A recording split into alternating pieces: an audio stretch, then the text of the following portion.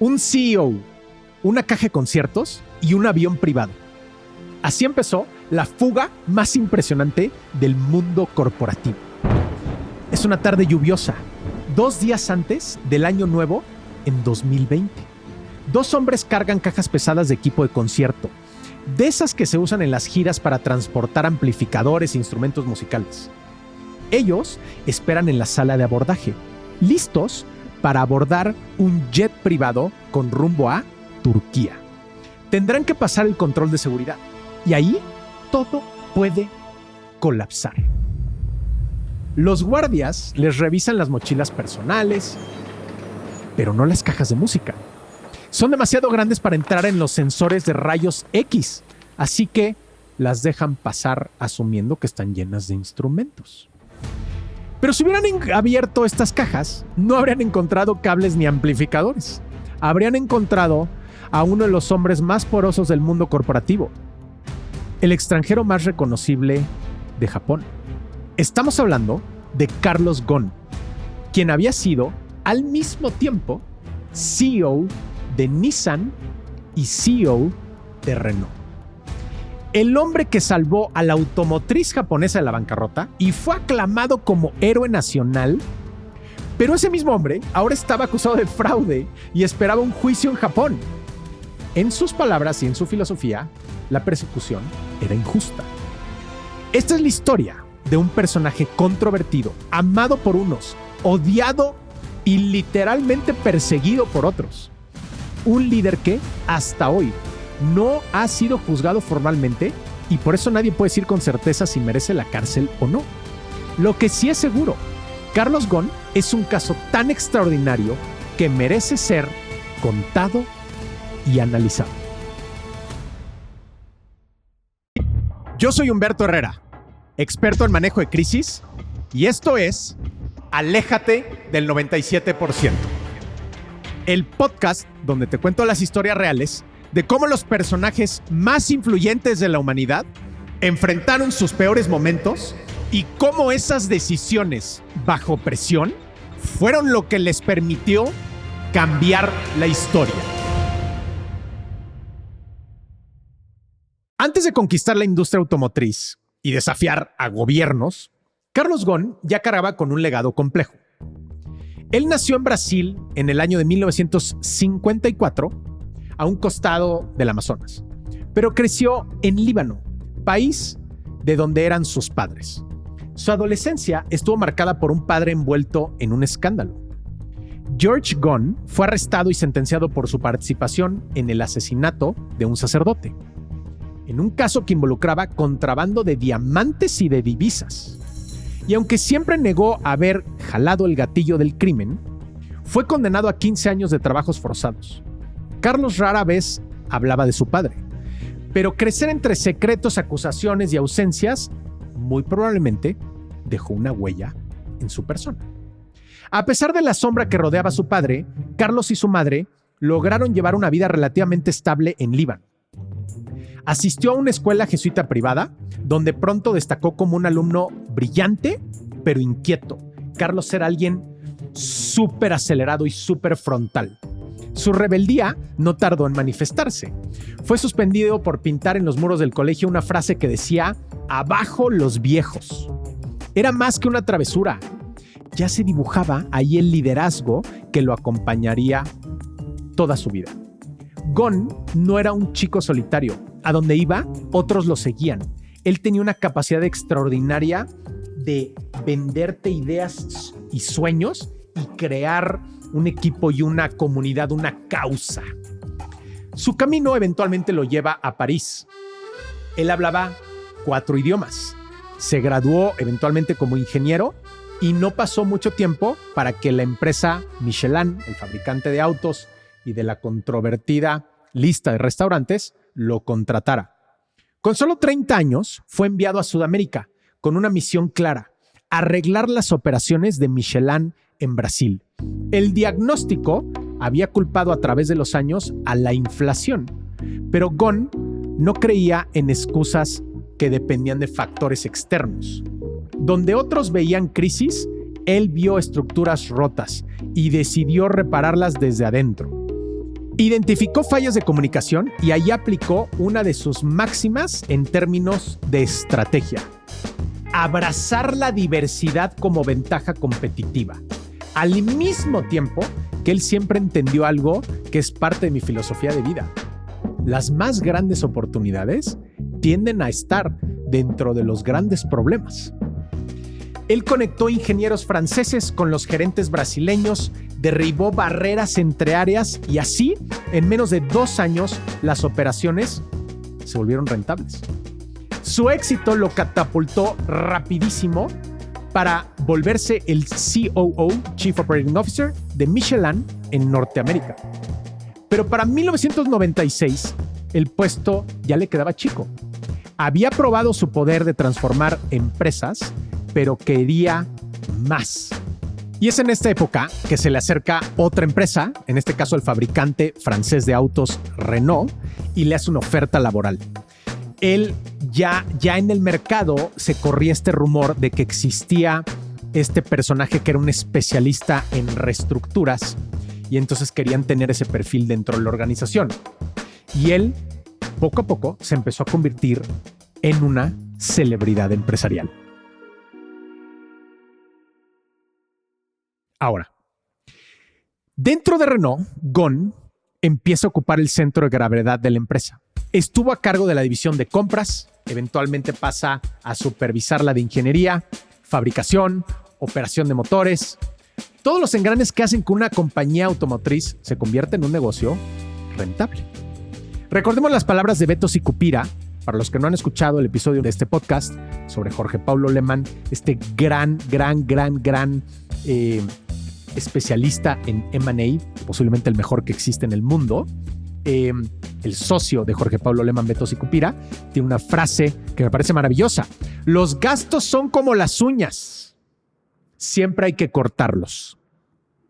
Desde su trinchera, Ghosn aplicó el mismo principio y así, después del despido de 3,200 trabajadores y el cierre de una fábrica en Bélgica, se ganó el apodo de Le Cost Killer. La traducción sería el asesino de costos, con un juego de palabras en francés e inglés.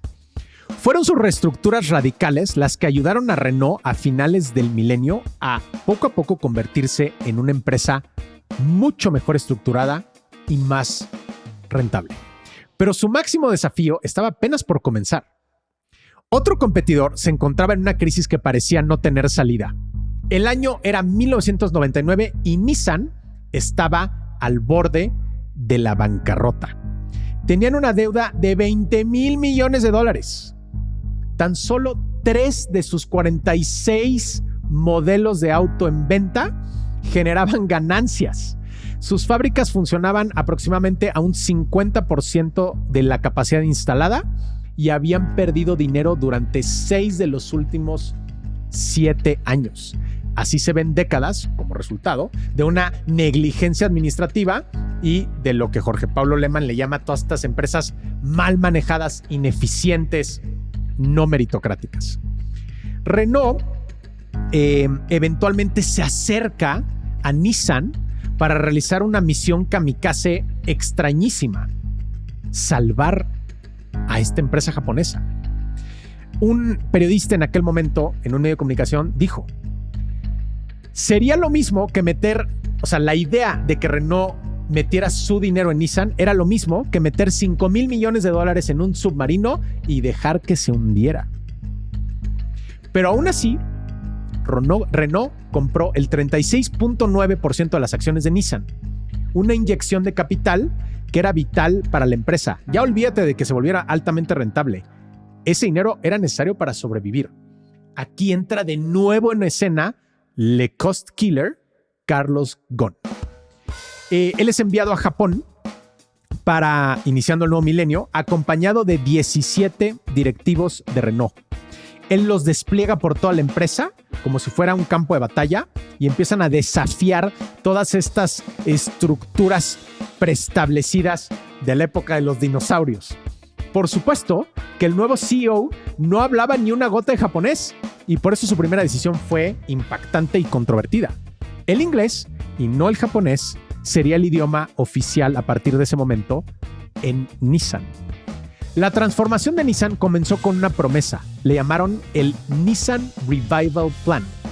Carlos Ghosn aseguró, pon mucha atención a esto, Carlos Ghosn aseguró que en 3 años lograría un margen de utilidades del 4.5% antes de impuestos y que reduciría en el mismo periodo la deuda corporativa a la mitad. Si fallaba, renunciaría como CEO en 2002. Sonaba imposible de lograr, pero Ghosn no blofeaba. He was all in. Lo primero que hizo fue hacer honor a su apodo. Él anunció el despido de 21,000 empleados, el 14% de toda la plantilla laboral. Y no se detuvo ahí. Decidió cerrar 5 plantas en Japón. Luego empieza a cerrar varios otros negocios periféricos que tenían. Nissan tenía una unidad de proyectos aeroespaciales, inmediatamente la cierran. Y luego toma una decisión que para los japoneses fue dramática, que es, hay una tradición que yo no conocía, que las grandes corporaciones japonesas tienen participación accionaria, minoritaria, pero participación accionaria en casi todos sus proveedores importantes. Y entonces él ve eso y dice, nosotros no vamos a tener eso. Y da la instrucción inmediata de que se vendan todas esas acciones. ¿De cuántas empresas crees que Nissan era accionista? 1,400. En resumen, la decisión que toma Ghosn es: vamos a tener un enfoque absoluto y obsesivo. Nosotros vendemos autos, no tenemos otro negocio. Y bueno, vamos al tema de los autos. Por supuesto, también fueron sujetos a cambio. Se eliminaron por completo todo lo que eran los componentes de lujo. Por ejemplo, se eliminaron en muchísimos modelos los asientos de cuero y por tanto todos los proveedores y toda la cadena logística de ese producto. Asimismo, los motores fueron rediseñados para ser más baratos y fue rediseñado muchísimo de toda la tecnología de los autos para que pudieran compartir muchísimas piezas. Para los que utilizamos o tuvimos la oportunidad de tener un auto Nissan de esa época, yo tenía un Tsuru, te habrás dado cuenta que no solamente se veían muy similares, eran muy similares. Muchos tenían los mismos motores, el mismo chasis, las mismas llantas, le cambiaban los rines y los colores, pero eran los mismos coches. Y eso no es todo. Internamente se gestaba una revolución silenciosa. Ghosn no solo recortaba gastos, desafiaba toda una cultura empresarial. De la misma manera que Lehman y sus socios, Carlos impulsaba agresivamente la meritocracia. Ascender ya no dependía de la edad, como era la costumbre histórica en Japón, sino de demostrar resultados reales y tangibles. Las exigencias eran muchas, pero los resultados lo justificaban. Otro de los pilares de Ghosn era el siguiente: la estrategia es solo el 5% del camino. El otro 95% es la ejecución. Obviamente, pero mucha gente no entiende esto en el mundo corporativo. Wake up call. No fue admirado por diseñar planes, sino por llevarlos a cabo y exigir que todos hicieran lo mismo. Pensemos que a sus ingenieros les pedía el diseño de más de 10 modelos al año, además de 5 o 6 prototipos adicionales. Reconstruyó un imperio con decisiones diarias, ejecutadas sin burocracia y sin bullshit. Donde veía un problema, él entraba frontalmente y lo resolvía o presionaba a su gente para que lo resolviera. Carlos Ghosn no necesitó 3 años para cumplir sus promesas. Las cumplió 1 año antes, le tomó 2 años. Con eso, no solo salvó a Nissan, abrió la puerta para convertirla en una de las automotrices más rentables del planeta. El famoso asesino a costos dejó su marca en el corazón del gigante japonés y su legado, a pesar de sus futuras polémicas, pasaron a los libros de historia. El efecto Ghosn en Nissan fue tan contundente que sus aliados en Francia quisieron replicarlo. En 2005, Renault le ofreció el máximo cargo ejecutivo. Eso significaba elegir quedarse en Japón o volver a París. Pero para Carlos Ghosn era una falsa dicotomía. Ese mismo año rompió las reglas de lo posible y tomó una decisión muy controvertida y se convirtió en la primera persona en dirigir 2 compañías globales que competían entre sí al mismo tiempo. La agenda de Carlos Ghosn era tan extrema como su ambición. Básicamente, pasaba una cantidad extraordinaria de tiempo volando en aviones privados. Una semana en París, 2 en Tokio y el resto entre aeropuertos, supervisando sus 2 compañías en paralelo. Él siempre llevaba 2 agendas físicas en su maletín.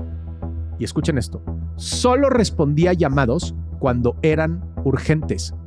Él consideraba y lo decía que su tiempo era sagrado. Él decía, mi tiempo es sagrado, mi tiempo es sagrado. Y algo que provocaba todo esta forma de trabajo que tenía él es que esto forzaba a los directivos de cada una de las áreas de las 2 organizaciones a tomar decisiones y resolver.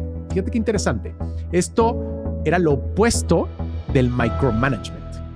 Sus únicos descansos, y esa palabra la digo entre comillas, eran durante los vuelos de París a Tokio, donde aprovechaba para contestar correos y reflexionar. Él hablaba muchísimo que muchos de estos vuelos los tomaba solos y para él era muy importante este momento de reflexión. Meaning, él lo que hacía y su extraordinario talento era la estrategia que luego exigía que se cumpliera. Era un gran pensador, pero era un gran ejecutor. Entre 2005 y 2018, la vida de Carlos Ghosn consistía en tomar decisiones, ejecutar estrategias, recortar costos, hacer apariciones en público, dar conferencias en universidades, etcétera. Todo mientras su reputación crecía tanto en Japón como en Europa, en este caso Francia, Renault. Él era, en estricto sentido, un gran corporate ambassador, un embajador corporativo. Carlos Ghosn era mucho más que un CEO. Era una celebridad empresarial. Literalmente un héroe de historieta, pues incluso llegó a ser el personaje de un manga en Japón. Fue, en suma, un personaje externo a la industria, un rockstar que entendió el juego y lo ganó a lo grande. Pero un día, todo dio un giro dramático. Y este es un recordatorio de cómo la vida puede cambiar en un abrir y cerrar de ojos. En 2018, apareció en todos los noticieros importantes del mundo. Él estaba acostumbrado a eso. Pero en este caso, la noticia fue distinta. Esta vez, apareció escoltado por policías. Carlos Ghosn se convertía, de un día para otro, en el enemigo público corporativo número 1. La fecha era el 18 de noviembre de 2018 y es el día que la historia de vida de Carlos Ghosn tiene un punto de inflexión súper fuerte. Al bajar de su avión privado en Tokio, lo arrestan y le informan que hay una investigación en su contra. Él declaró posteriormente: el único recuerdo que tengo de ese momento es conmoción, trauma. ¿De qué se le acusaba? De no reportar correctamente su salario durante años. Verán, en Japón, si tu salario anual es inferior a $1 millón, no estás obligado a detallar públicamente tus ingresos. Pero si lo superas, especialmente si eres una figura pública o eres el alto ejecutivo de una organización transnacional, tienes que declarar con exactitud cuánto ganas y de dónde viene cada centavo.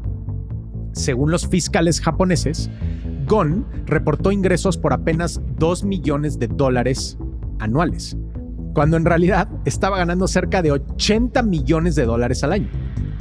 Para la ley japonesa, no era un simple error, era una mentira deliberada. Ghosn es llevado a un centro de detención de manera inmediata, le dan ropa de prisionero y es confinado a una celda, sin compañía, sin comunicación, sin poder ver el reloj para ver el paso del tiempo, sin acceso siquiera a un lápiz y papel. Vamos a hacer una pausa aquí. Imagínate que tú eres uno de los hombres más poderosos del mundo corporativo y en cuestión de horas estás encerrado en una caja con una luz viendo al techo que no se apaga ni de noche. No puedes hablar con nadie, no tienes un celular, no puedes dar instrucciones, no puedes hacer preguntas y nadie te hace caso porque no te puedes comunicar con ninguna persona. En los meses siguientes, Carlos pasa tiempo en prisión, eventualmente es liberado bajo fianza para luego vivir en arresto domiciliario. No puede ni comunicarse en ese momento con su esposa. 2 días después del primer arresto, es despedido, lógicamente, como CEO de Nissan. Y digo primera vez porque fue arrestado 3 veces en el transcurso de un año. Un dato clave, la persecución era empujada por Nissan. La empresa japonesa afirmaba tener pruebas, específicamente pruebas que documentaban abuso de confianza, desvío de fondos, reportes falsos de ingresos. Se dice que dejaron que Carlos Ghosn tuviera demasiado poder en la empresa. Un error que ellos nunca volverían a cometer. Mientras tanto, Carlos afirma ante el Tribunal de Tokio que ha sido acusado injustamente. La realidad, según él, es esta. Había planes para fortalecer la alianza entre Renault y Nissan para ser una sola compañía, un merger. Pero dentro de esa unión, los franceses llevarían la ventaja y los japoneses, según su interpretación, no estaban dispuestos a ceder el control en su propio territorio.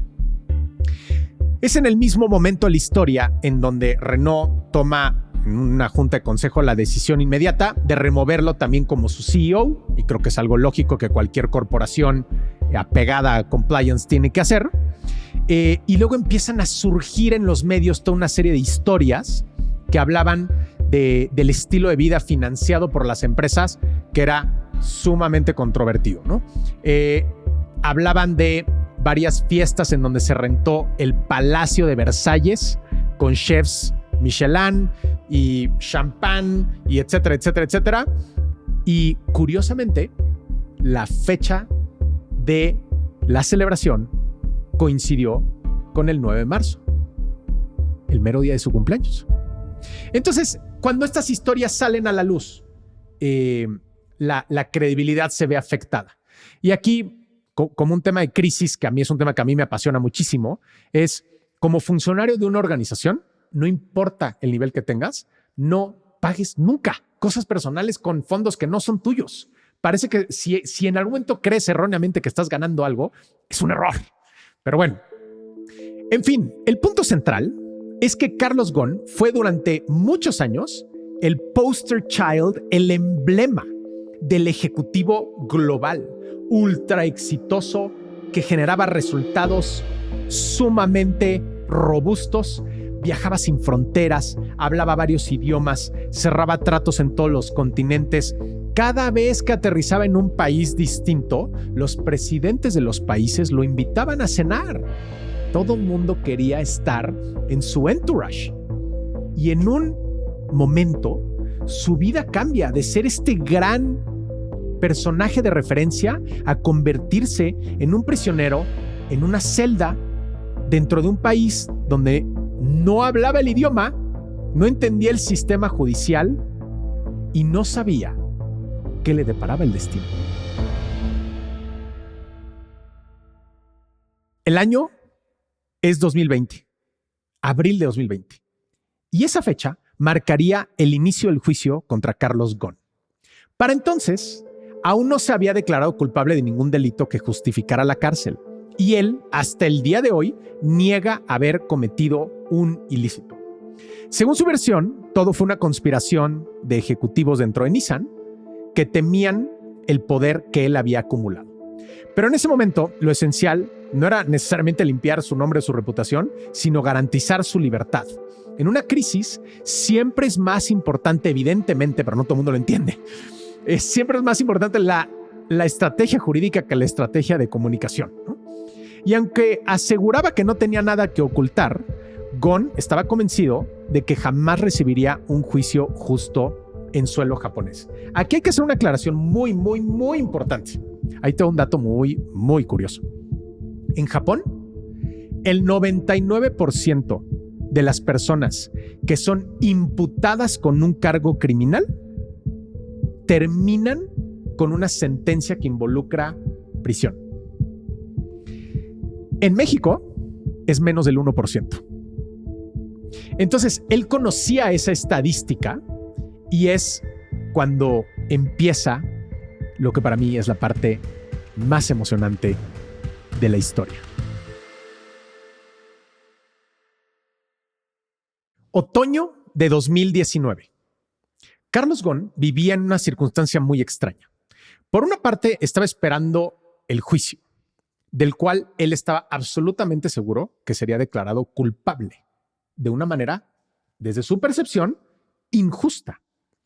Al mismo tiempo, él estaba en un arresto domiciliario un poco extraño porque tenía que dormir en la casa, pero tenía permiso de salir de la casa, a pasear en las calles, etc. La casa estaba fuertemente vigilada, entonces todos los movimientos eran reportados. Entonces, él termina, después de un largo proceso de reflexión, llegando a una conclusión. Él dice: si yo me quedo en Japón, me van a llevar a un juicio en donde voy a ser declarado culpable de manera injusta y voy a pasar años y años y años en prisión. Mi única alternativa es escapar. ¿Cómo? ¿Cómo podrías escapar de la justicia japonesa? No hay registros de que haya sucedido antes. Y en todo caso, si él fuese reaprendido después de un infructuoso esfuerzo por escapar, evidentemente las penas de prisión serían muchísimo más elevadas. Entonces, era una decisión súper compleja a la cual él eventualmente dice: prefiero tomar el riesgo que vivir toda mi vida y morirme en una celda. Y entonces él empieza a planear este tema y empiezan a buscar expertos alrededor del mundo que los pudiesen ayudar. Y entonces una de las grandes preguntas es: si escapo, ¿a dónde me voy? Él termina llegando a una conclusión que es Líbano.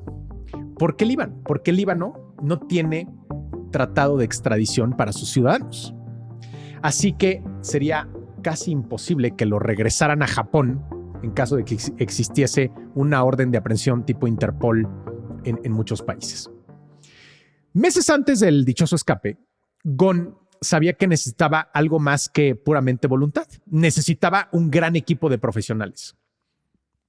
Y la persona perfecta para el trabajo era un personaje llamado Michael Taylor, un ex boina verde con fuertes alianzas en Líbano. Entiéndase, un Special Forces de altísimo nivel y con muchísima experiencia. Él, después de haber servido en las Fuerzas Armadas, había trabajado muchos años como un experto de rescate de rehenes. Escuchen esto: un experto de rescate de rehenes en zonas de guerra. Alguien AAA. Un especialista en misiones imposibles, no las tonterías que vemos en las películas. This is real action. Junto a él tenía un grupo de entre 10 y 15 personas que la mayoría nunca fueron identificados, entre las cuales estaban dos personajes: George Sayek, otro exmilitar libanés, y el hijo de Taylor, de nombre Peter. Ellos serían los tres que liderarían esta misión peligrosísima. Durante meses, los tres hicieron más de 20 viajes a Japón, evaluaron rutas, estudiaron aeropuertos y hasta contemplaron la posibilidad de sacarlo por mar. El presupuesto del escape ascendía a millones y millones y millones de dólares. Dentro de las revisiones y análisis que hicieron, ellos traían un cronómetro en la mano y contaban los segundos que le tomaría caminar calles específicas dentro del plan para calcular con una precisión obsesiva lo que duraría toda la misión. Las comunicaciones, por obvias razones, se mantenían al mínimo. Al no poder usar un smartphone, Ghosn tuvo que hablar pocas veces a través de mensajeros con estos personajes. Después de muchísimos análisis y de revisar varios de los aeropuertos en todo el país, se dieron cuenta que el aeropuerto ideal para intentar este peligrosísimo escape era el de Osaka, pues era un aeropuerto muy pequeño y además, por el hecho de que era un aeropuerto muy pequeño, tenía máquinas de rayos X que no permitían, por el tamaño, no permitían meter cajas grandes. En la Nochebuena de 2019 se firma un contrato por $350,000 con una operadora turca de aviones privados para reservar un avión privado, un Bombardier de largo alcance. A partir de este momento ya no había vuelta atrás. No sé si ustedes sienten cómo el corazón se acelera en este momento de la historia, pero this is the beginning. El 28 de diciembre del mismo año, Michael Taylor y George Sayek parten en este avión en un vuelo nocturno rumbo a Osaka. Ellos, dentro del avión, traían estas cajas de equipo musical y se presentaron con el crew del avión y del aeropuerto como músicos, lo cual, cuando analizas la historia, y hay un libro maravilloso de la historia que escriben dos reporteros del Wall Street Journal que dicen, a ver, es un poco extraña la escena, porque los dos eran exmilitares y Special Forces de altísimo nivel que habían participado en muchas guerras y zonas de conflicto a nivel mundial y estaban llenos de cicatrices de las guerras. Entonces, no necesariamente parecían músicos, pero bueno, anyways, regresando a la historia. Carlos Ghosn salió de su casa en Tokio por última vez vestido como no se vestía normalmente. Se puso unos jeans, se puso una camisa discreta, una mascarilla, nada de trajes ni de relojes caros. Lo importante era pasar desapercibido. Tomó un taxi, luego un tren bala. A las 7:30 p.m., otro taxi lo deja frente a un hotel. Las cámaras del hotel registran su entrada, pero no su salida. Carlos Ghosn sube al piso 46 de este hotel, donde después entra a una habitación. Ahí lo esperan Sayek, Taylor y el hijo de Taylor. A un costado, dos cajas grandes de concierto. Ghosn contempla la caja que lo va a llevar a bordo del avión. De todo lo que se tuvo que hacer para llegar a ese punto. Esta es la prueba final. Imagínate que tú eres Carlos Ghosn y estás viendo la caja. ¿Qué sentirías en ese momento? ¡Wow! Y entonces respira hondo y entiende que this is the point of no return. No hay marcha atrás. Se mete en la caja, le colocan una sábana encima y la cierran. Le pregunta Taylor, nota el nerviosismo de Carlos Ghosn y le dice, ¿has buceado alguna vez? Y le responde, sí. Y le contesta, imagínate que estás buceando. Respira despacio. Controla tu respiración. Taylor lo mira por última vez y luego baja la tapa y le pone los candados. Oscuridad total. Después, una camioneta los lleva al aeropuerto de Osaka y el resto es historia. Como bien lo tenían previsto, nadie revisó las cajas de música y a las 11:10 de la noche ya se encontraban en el aire. Mientras sobrevolaban territorio ruso, Ghosn salió de la caja, pero permaneció en la parte trasera del avión para que no fuese visto o identificado por la tripulación del avión de renta. A las 5:12 de la mañana, el avión aterriza en el aeropuerto Atatürk de Estambul. La escala era estratégica: evitar sospechas en Japón al no hacer un vuelo directo de Osaka a Beirut, lleno de cajas sospechosas. La zona de jets privados estaba casi vacía. Bajo una lluvia torrencial, Ghosn descendió del avión y subió a un coche que lo llevó a otro jet distinto para perder la ruta a 90 metros de distancia. A bordo del segundo jet, usó su pasaporte francés y su identificación libanesa para ingresar al país desde donde nadie podría extraditarlo. La noticia de su fuga comenzaba a filtrarse rápidamente. primero en medios libaneses, luego en el resto del mundo. Pero ya era muy tarde para la justicia japonesa. Gon estaba a salvo en casa de sus suegros y desde ahí lanzó un comunicado: no he huido de la justicia, he escapado de la injusticia y de la persecución política. Para Gon, el escape no era el final. Si bien él entendía perfectamente que no iba a poder salir de Líbano, él quería recuperar su narrativa. Él quería recuperar lo más valioso que tenemos: su reputación. Él quería limpiar su nombre y por eso recurriría a su arma más poderosa, su carisma. Dio diversas conferencias de prensa en donde señalaba a los fiscales japoneses y a ex colegas de Nissan de haber montado una conspiración para destituirlo. Frente al podio, Carlos volvía a ser este magnate seguro de sí mismo. Hablaba en árabe, en inglés, en francés, en portugués. Señaló que la directiva de Nissan conocía y había aprobado sus acuerdos financieros. Afirmó que todo fue una especie de golpe de estado interno para desplazarlo del poder. Podían cuestionar sus métodos, pero lo que hizo fue innegable. Desafió un sistema entero y ganó. Contra todo pronóstico escapó. Volvió a hablar con el mundo en sus propios términos. Pero la victoria de Carlos es una victoria agridulce.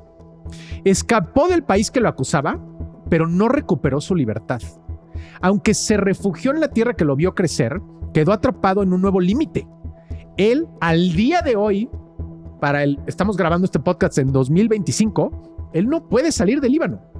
Y vamos a tener una información contextual que es: Líbano ha tenido, evidentemente, en los últimos años muchos problemas armados.